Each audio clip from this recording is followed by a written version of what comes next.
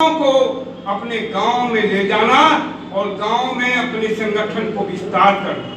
दोस्तों, आज भारतीय जनता पार्टी के सामने कोई दल नहीं है, सबसे बड़ी दल है भारतीय जनता पार्टी। और भारतीय जनता पार्टी के पुरोधा हुए पंडित दीनदयाल उपाध्याय, श्यामा प्रसाद मुखर्जी, अटल बिहारी वाजपेयी, नानाजी देशमुख और सुंदर सिंह भंडारी, ये हमारे देश के पुरोधा हुए।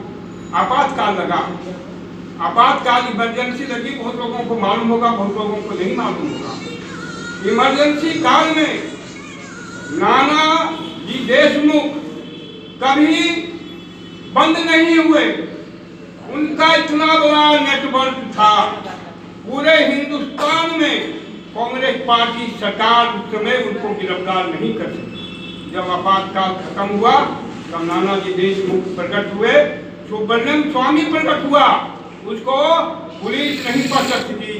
यही आरएसएस के चलते, यही संघ के चलते इतना बड़ा नेटवर्क था कि कहीं बिहार के पुलिस की दो मूर्धन्य नेता, सुब्रमण्यम स्वामी तो अभी भी हमारे नेता हैं, भारतीय जनता पार्टी के नेता हैं।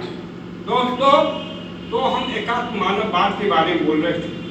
एकात्म मानववाद जो समाजवादियों, लेनिनवादियों, मार्क्सवादियों ने जो सिद्धांत दिया था, वह सिद्धांत एकांगी था, संपूर्ण मानवता के उसमें समावेश नहीं था।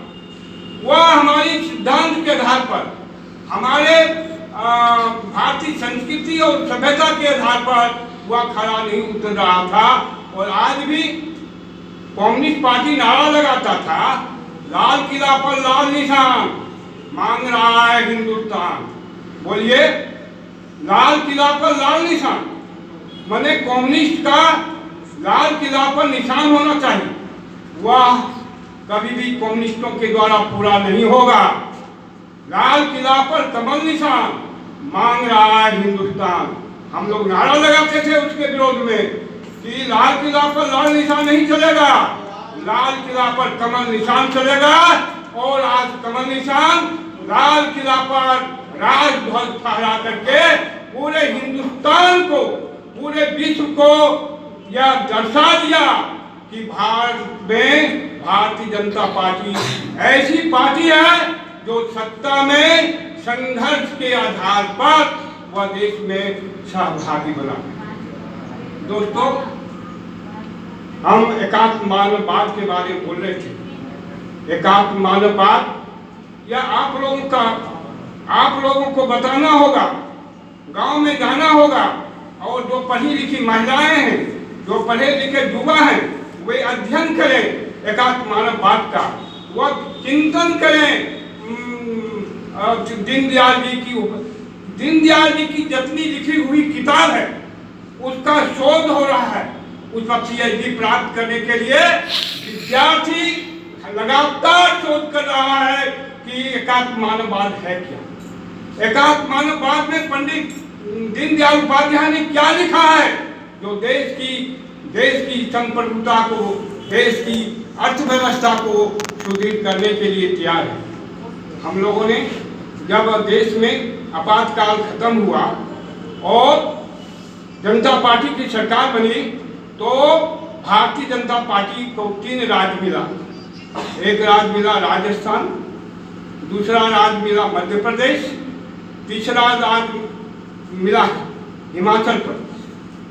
हम लोगों ने भारतीय जनता पार्टी के जो मुख्यमंत्री थे उसमें पंडित दीनदयाल उपाध्याय के सपनों का साकार करने की योजना बनाई और गांव के गरीब लोगों को सुलभ अनाज देने के लिए योजना बनाई।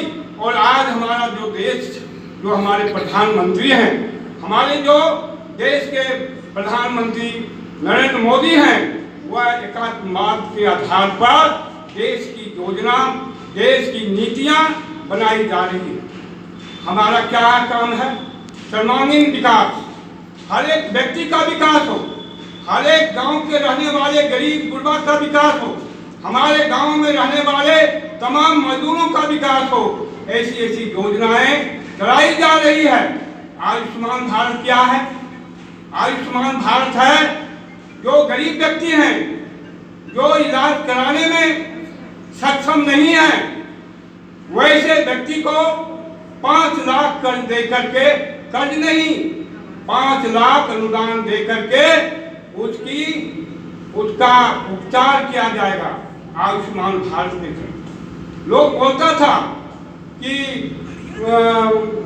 जो योजना आपके लाया गया था अंत्योदय योजना, अंत्योदय योजना क्या था?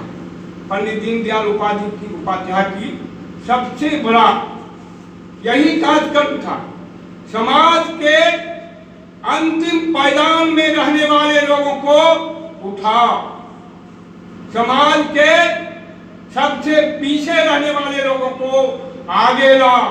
यह पंडित दीनदयाल उपाध्याय जो एकात्म मानव बात लिखे हैं, उसमें सबसे बड़ा